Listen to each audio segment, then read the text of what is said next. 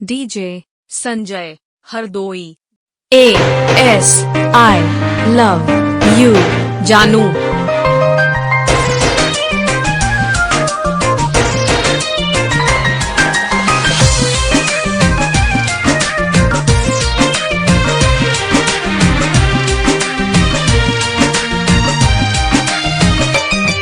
दुनिया में जियल मुश्किल भइल अब जख्म दिल के AS I love you जानू।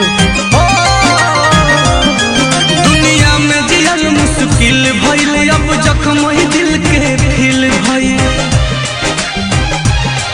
बर्बाद कके जिए लुहरा मुझसे बदनाम भइल रानी तुहरे नाम से बर्बाद कके जिए लुहरा मुझसे बदनाम भइल रानी तुहरे नाम से।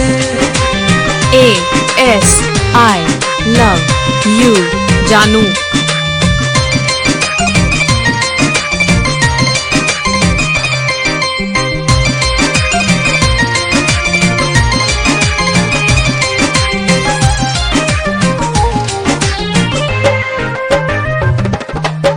देगे देगे काट बोआइल नामुमकिन बा पाँव धइल अपन खास देखल ना चाहे प्यार के दुश्मन लोग भइल।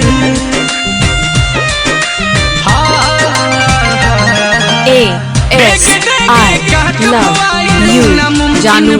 पाँव धइल अपन खास देखल ना चाहे प्यार के दुश्मन लोग भइल।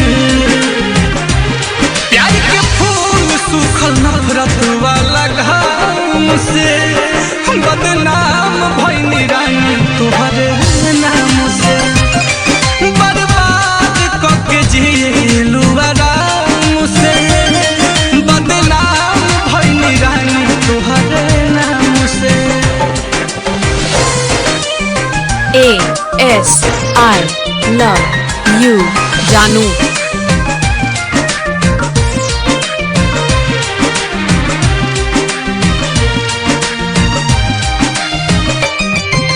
सपना टूटल शीशा जैसे दिल चकना चूर भइल नीलकमल अखिलेश कलेश में मुएला मजबूर भइल।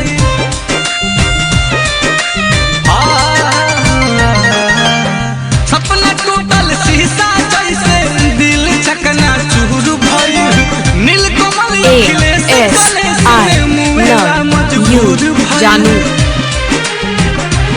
तू सलामत रह जी रही राम से बदनाम भइल रानी तुहरे नाम से बर्बाद कके जिएलू आराम से बदनाम भइल रानी तुहरे नाम से। दुनिया में जियल मुश्किल भइल अब जख्म दिल के फिल भइल AS I love you जानू। बदनाम भइल रानी।